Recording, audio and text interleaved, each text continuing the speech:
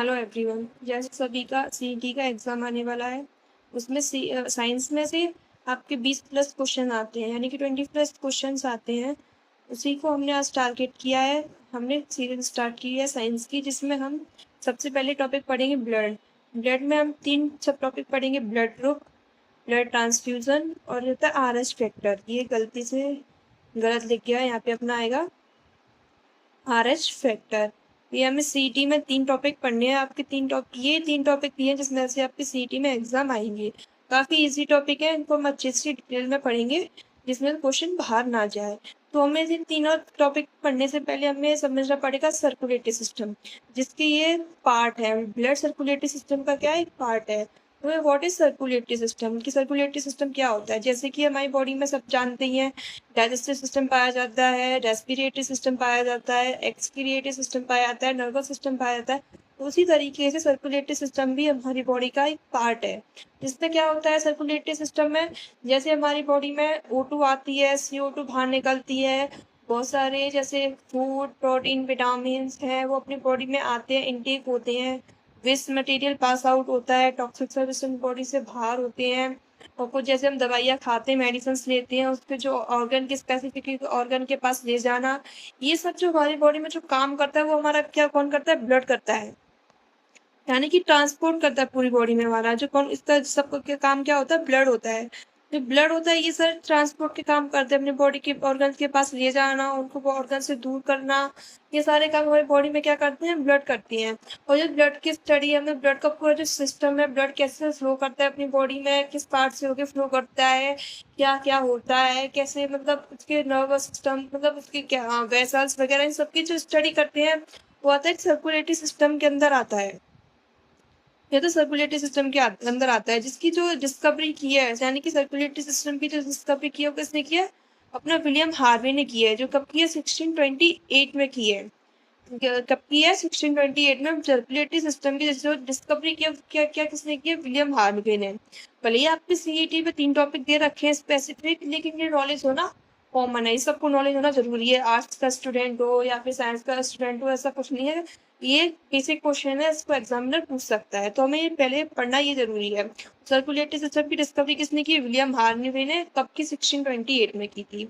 और इस study circulatory system की स्टडी, जैसे हम किसी सब्जेक्ट को पढ़ते हैं, साइंस हुआ, मैथ हुआ, किसी और का मतलब स्पेसिफिक किसी केस की स्टडी करते हैं, उसको स्पेसिफिक नाम दिया जाता है। उसी उसी तरह से सर्कुलेटरी सिस्टम का हम स्टडी करते हैं, उसको हमने एक नाम दे रखा है, उसको कहते हैं एंजियोलॉजी। अब इसके बाद आती है इसकी ओरिजिन की, फॉर्मेशन। किसी चीज का कहाँ से फॉर्मेशन होता है, कैसे होता है। जैसे सभी लोग जानते हैं, साइंस के स्टूडेंट स्पेसिफिक वो तो सभी जानते ही हैं। जो आर्ट्स वाले होते हैं वो, उन्होंने अगर रीड की प्रिपरेशन की है, साइकोलॉजी पढ़ी है कभी, तो उन्हें उसमें भी ये चीज बताई जाती है कि कोई बच्चा होता है, उसका जन्म होता है, उसकी जो बॉडी बनती है, ऑर्गन बनते हैं, वो 3 लेयर से बनते हैं। वो होती है एक्टोडर्म। कौन कौन सी 3 लेयर होती हैं अपनी, एक्टोडर्म होती है, एंडोडर्म होती है, मीजोडर्म होती है। उन्हीं में से एक लेयर है अपनी मीजोडर्म, जिसमें से अपना क्या क्या होता है, सर्कुलेटरी सिस्टम फॉर्मेशन होता है, इसका ओरिजिन होता है, उसमें से होता है मीजोडर्म में से होता है। मैक्सिमम जो अपने और सिस्टम होते हैं, डाइजेस्टिव सिस्टम में, ये सब होते हैं अपनी मीजोडर्म में से होते हैं। लेकिन हम स्पेसिफिक बात हम सर्कुलेटरी सिस्टम की कर रहे हैं, तो यहाँ पे सर्कुलेटरी सिस्टम के बारे में बताएंगे कि सर्कुलेटरी सिस्टम का जो ओरिजिन होता है वो कहाँ से हुआ है, मीजोडर्म से हुआ है। ये हो गया हमारी ओरिजिन की बात, स्टडी की बात और डिस्कवरी की बात। अब हम पढ़ेंगे सर्कुलेटरी सिस्टम। ये इसको ब्लड का सर्कुलेटरी सिस्टम को बाद में समझाएंगे, पहले हम सर्कुलेटरी सिस्टम के बारे में समझेंगे क्या स्पेसिफिक क्या होता है। सर्कुलेटरी सिस्टम अपने 2 प्रकार के पाए जाते हैं, ओपन पाया जाता है, क्लोज पाया जाता है। सीईटी में ऐसा कुछ दे नहीं रखा पढ़ने का, लेकिन ये बेसिक नॉलेज है, हमें जानकारी होनी चाहिए। चलती फिरती इसके बारे में पता होना चाहिए कि क्या होता है, बाई डायरेक्ट क्वेश्चन आ सकते हैं। तो क्या होता है, सर्कुलेटरी सिस्टम 2 तरीके के होते हैं। क्या होता है, वैसे मैं वैसे तो इसमें एग्जाम्पल ज्यादा इंपॉर्टेंट है, क्या क्योंकि डायरेक्ट एग्जाम्पल याद कर लो, इस डायरेक्ट एग्जाम्पल से ही पूछे जाते हैं। लेकिन मैं आप सभी को समझा देती हूँ कि ओपन सर्कुलेटरी सिस्टम क्या होता है, क्लोज सर्कुलेटरी सिस्टम क्या होता है। तो क्लोज सर्कुलेटरी सिस्टम का मतलब होता है, जैसे कि ह्यूमन बॉडी, हम सभी ने ह्यूमन बॉडी अच्छे से, अपनी खुद की बॉडी है तो इसके बारे में सबसे अच्छे से जानते हैं, देखी रखी है। जैसे हमारे बॉडी में जो ब्लड होता है वो नर्व्स के अंदर फ्लो होता है। नर्व के बाद थोड़ी फ्लो होता है, नसों में तो बहता है अपने सबका फ्लो, तो उनको वेसल्स कहा जाता है। क्या कहते हैं? ब्लड वेसल्स कहते हैं। ब्लड वेसल्स में 3 प्रकार की पाई जाती है, आर्टरीज, वीन्स एंड कैपिलरीज। 3 तरीके अपने अंदर वेसल्स पाई जाती है। इन्हीं के अंदर अपना क्या होता है? ब्लड फ्लो होता है। ब्लड पानी की तरह बाहर फ्लो नहीं होता।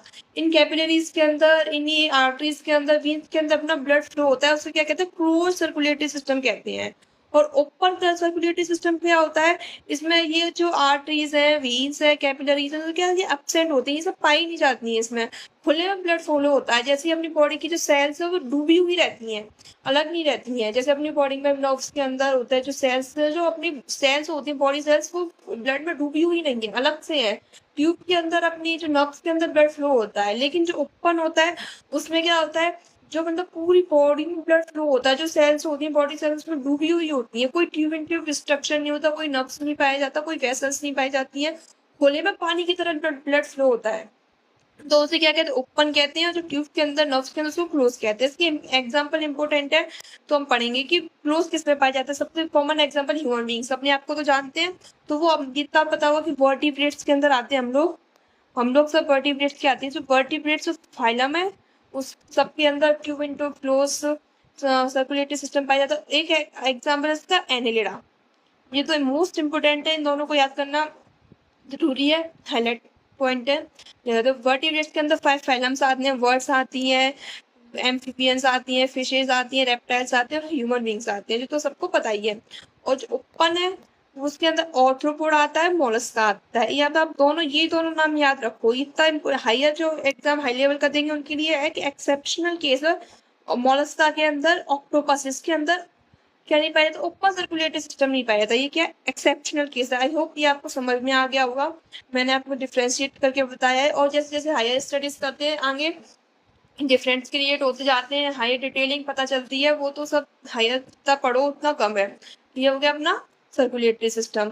ठीक है, अब हम आते हैं स्पेसिफिक ह्यूमंस के बारे में पढ़ेंगे। इसके हमने सीईटी में भी 3 टॉपिक दे रखे हैं, हमें पढ़ना भी ह्यूमंस के बारे में ही है। तो हम पढ़ेंगे अब ह्यूमंस का मतलब प्रॉपर ब्लड सर्कुलेटरी सिस्टम पढ़ेंगे। तो हम आते हैं ह्यूमंस के बारे में पढ़ेंगे। तो ब्लड सर्कुलेटरी सिस्टम 3 पार्ट होते हैं। ब्लड होता है, हार्ट होता है और वेसल्स होती है। यानी कि हमारी बॉडी में क्या फ्लो होता है? ब्लड होता है। किसमें फ्लो होता है? वेसल्स के अंदर होता है। तो वेसल्स के 3 पार्ट्स होते हैं, जो मैंने अभी इसमें भी बताया था, आर्टरीज, वीन्स और कैपिलरीज, जिसके अंदर ब्लड फ्लो होता है। और कहाँ से होता है, कौन कराता है फ्लो? वो कराता है अपना हार्ट, ह्यूमन हार्ट, जिसको क्या कहते हैं? पंपिंग ऑर्गन कहते हैं। बॉडी का क्या कहते हैं? पंपिंग ऑर्गन कहा जाता है। मोस्ट इंपोर्टेंट होता है। विदाउट हार्ट, अगर हमारे पास हार्ट नहीं है तो हमारी बॉडी में ब्लड फ्लो होना ही होगा। Heart is most important for flowing of blood in our body. तो हमें ये होता है heart, blood and vessels, 3 most important terms होती हैं ब्लड सर्कुलेटरी सिस्टम के, जिसको हम डिटेलिंग्स में पढ़ते हैं। लेकिन सीईटी के अंदर हम केवल ब्लड के बारे में ही पढ़ेंगे। ब्लड ट्रांसफ्यूजन या ब्लड ग्रुप्स ऑफ फैक्टर, ये सब पढ़ेंगे। तो हमें बता दिया मैंने क्या होता है। ब्लड फ्लो होता है, किस में होता है? वेसल्स में होता है। किसकी थ्रू होता है? हार्ट की थ्रू होता है। इसको, हार्ट को हम दूसरे नाम से भी जाना जाता है, इंजन ऑर्गन भी कहते हैं, इंजन ऑफ द बॉडी भी कहते हैं, जिसकी तरह ब्लड क्या होता है? फ्लो होता है। ये हो गया ब्लड सर्कुलेटरी सिस्टम। अब इसके बारे में हम पढ़ेंगे अपनी ब्लड के बारे में जानेंगे। What is blood? Blood is a connective tissue. NCERT की लाइन है, डायरेक्ट स्टेटमेंट वाइज भी दे सकते हैं, टू फॉल्स भी पूछ सकते हैं।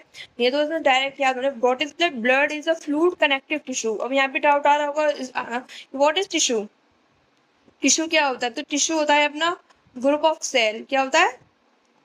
Group of cell. जैसे कि सभी जानते हैं, जो ह्यूमन बॉडी है वो सेल से मिलकर बनी हुई है। छोटे छोटे सेल मिलकर एक टिश्यू बनाते हैं, फिर ऑर्गन बनता है, ऑर्गन सिस्टम बनता है, फिर उससे पूरी बॉडी बनती है। उसी तरीके से ये टिश्यू, ग्रुप ऑफ सेल के टिश्यू कहते हैं। तो ब्लड क्या होता है? Fluid connective tissue. फ्लूइड यानी तरल तो होता ही है, तरल टिश्यू होता है, उसको कनेक्टिव टिश्यूज होते हैं, उसको क्या कहते हैं? ब्लड कहते हैं। और ब्लड एक क्या होता है? कोलोइडल सॉल्यूशन भी होता है। ये टर्मिनोलॉजी वर्ड है। कोलोइडल सॉल्यूशन होता है, कोलोइडल मतलब क्या होता है? डिफरेंट इसमें इंटीग्रेंट्स होते हैं, उसके मिक्सचर होता है, उनसे मिलके जो बना हुआ होता है, टिश्यू बने हुए होते हैं, उसे क्या कहते हैं, कोलॉइडल बोलते हैं। तो what is blood? Blood is a fluid connective tissue, इसको कोलॉइडल सॉल्यूशन भी बोलते हैं। ये इतना इंपॉर्टेंट नहीं है याद करना। ये ब्लड के पार्टिकल्स का साइज है 1 नैनोमीटर टू 1000 नैनोमीटर।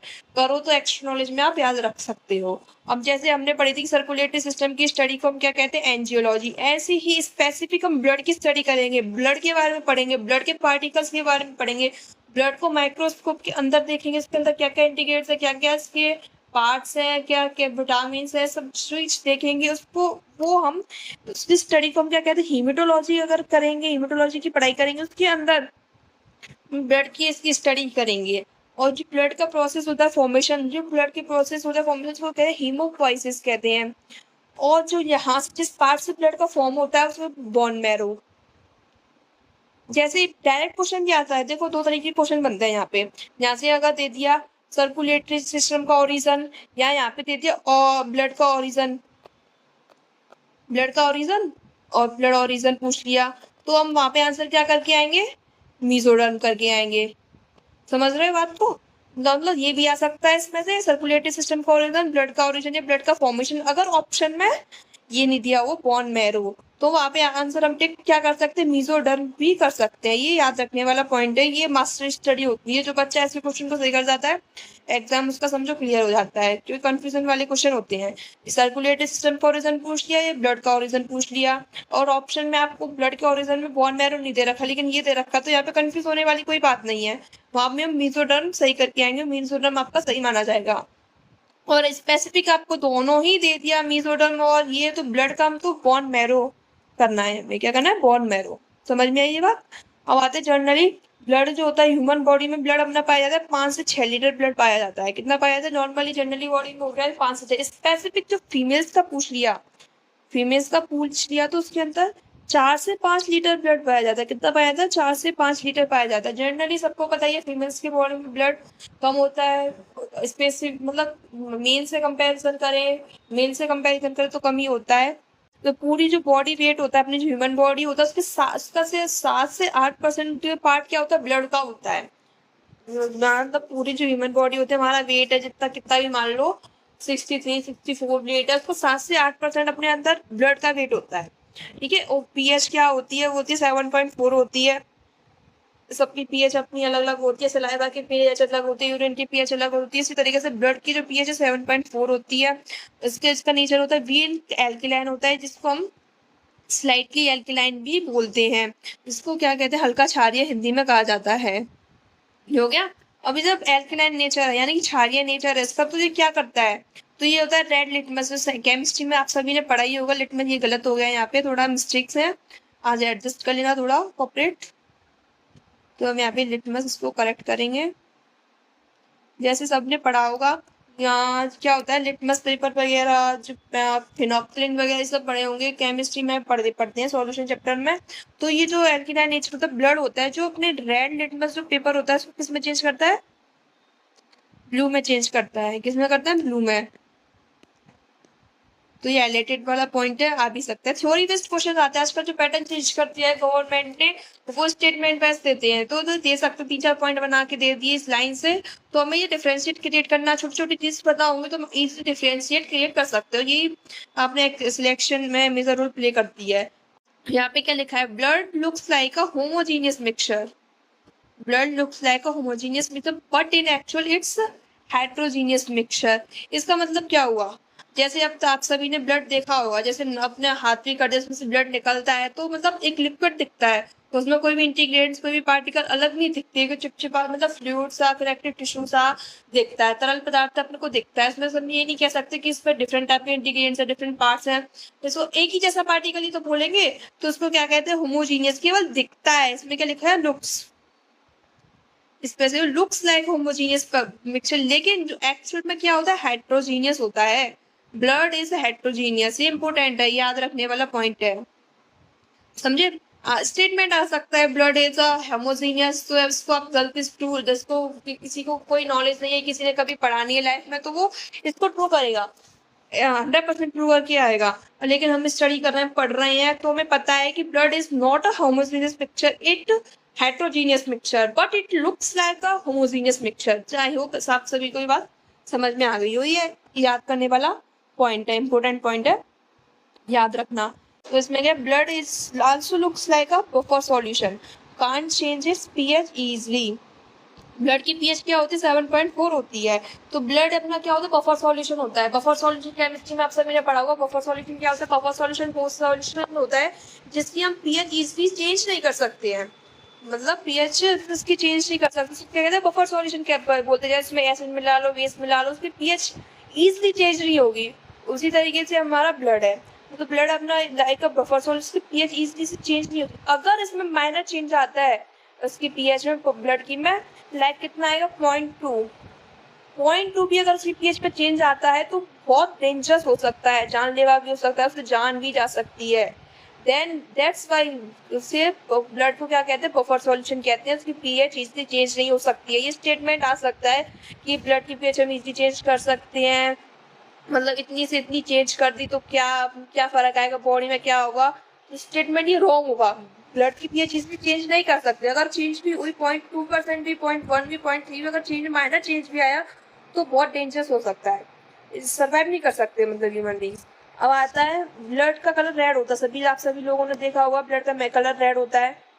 वो किसकी वजह से होता है, वो अपना हीमोग्लोबिन, ये क्या होता है, कॉम्प्लेक्स प्रोटीन होता है, हमारे ब्लड में पाया जाता है, उसे कहते हैं हीमोग्लोबिन, जिसकी वजह से जो ब्लड है उसका कलर रेड होता है। लेकिन जो हीमोग्लोबिन जो कॉम्प्लेक्स प्रोटीन होता है उसका खुद का कलर क्या होता है, पर्पल होता है। ये भी डायरेक्ट क्वेश्चन पूछा जाता है, तो ये याद रखने वाला पॉइंट है। लेकिन जो ब्लड को जो कलर प्रोवाइड कराता है वो होता है रेड। रेड कलर जो जिसका रेस्पॉन्सिबल होता है वो होता है हीमोग्लोबिन प्रोटीन, जिसकी वजह से ब्लड का कलर क्या होता है, रेड होता है। जिसमें क्या, हीम गलत लिख गया है यहाँ पे भी, ये यहाँ पे आएगा हीम। हीम सब्सटेंस होता है जिसकी वजह से, तो ये कॉम्प्लेक्स प्रोटीन है जिसका खुद का कलर क्या होता है, पर्पल होता है। इसको ब्लड को रेड कलर प्रोवाइड कराती है। इसमें क्या होता है, आयरन होता है, Fe2+ होता है। समझ में आ गया होगा। और मैक्सिमम इंग्लिश मीडियम के बच्चे जो गवर्नमेंट स्टेट की तैयारी कर रहे हैं, सीईटी की प्रिपरेशन कर रहे हैं, उनके लिए मोस्ट इंपोर्टेंट इंग्लिश में कंटेंट आपको प्रोवाइड किया जा रहा है। तो आई होप आपके लिए सबके लिए हेल्पफुल रही होगी। मैं आपको एक समराइज करा देती हूँ हमने आज क्या क्या पढ़ा। हमने सर्कुलेटरी सिस्टम पढ़ा, हमने सीटी के टॉपिक कवर करने हैं, blood group, blood transfusion, RS factor. उसके पहले हम सर्कुलेटरी सिस्टम समझा। हमने सर्कुलेटरी सिस्टम की डिस्कवरी किसने की, विलियम हार्वे ने, इसको 1628 में की थी। इसकी स्टडी को एंजियोलॉजी कहते हैं। फादर ऑफ एंजियोलॉजी पूछ लिया जाए तो विलियम हार्वे नाम आएगा। और सर्कुलेटरी सिस्टम का ओरिजिन किसमें किया, मीसोडर्म में किया गया था। वे सर्कुलेटरी सिस्टम के टाइप पढ़े, ओपन और क्लोज की एग्जांपल पढ़े, क्लोज के वर्टिब्रेट का एंजियोडा, ओपन के पढ़े ऑर्थोपोडा, मोलस्क का। फिर हमने पढ़ा blood circulatory system specific humans के बारे में पढ़ना है हमें। तो इसमें 3 पार्ट्स होते हैं, blood, heart and vessels. Blood क्या होता है, जो बॉडी में फ्लो होता है। वेसल्स क्या होता है, जिसके अंदर ब्लड फ्लो होता है। और ब्लड तीन के बस में है, वेसल्स के अंदर 3 पार्ट होते हैं, आर्टरीज, वेन्स एंड कैपिलरीज। और हार्ट पंपिंग ऑर्गन होता है, इंजन होता है, जिससे पूरी बॉडी में ब्लड फ्लो करने के लिए हेल्पफुल हो रहता है। ये हो गया। आर्टरीज में मैंने बताया था, आर्टरीज में अपना प्योर ब्लड फ्लो होता है रेड कलर का। इम्प्योर ब्लड फ्लो अपना वेन्स के अंदर होता है और कैपिलरीज के अंदर ब्लड फ्लो होता है। ये हमने यहाँ तक ये बात की थी। फिर हमने ब्लड के बारे में पढ़ा था, blood is a fluid connective tissue होता है, कोलोइडल सॉल्यूशन होता है। ब्लड की स्टडी को हेमाटोलॉजी कहते हैं। और प्रोसेस होता है ब्लड के फॉर्मेशन को हीमोफोइसिस कहते हैं। और कहाँ से फॉर्मेशन होता है, बोन मैरो, उसके दो आंसर भी हो सकते हैं, मीसोडर्म भी हो सकता है, बोन मैरो भी हो सकता है। और जनरली जो ह्यूमन बॉडी में ब्लड पाया जाता है 5 से 6 लीटर पाया जाता है। फीमेल्स में जो पाया जाता है 4 से 5 लीटर पाया जाता है। ह्यूमन बॉडी वेट का 7 से 8% ब्लड होता है। इसका नॉर्मल पीएच कितना, 7.4 होता है, जो वेट एल्कलाइन नेचर का होता है। जो रेड लिटमस को किस में चेंज कर देता है, ब्लू में चेंज कर देता है।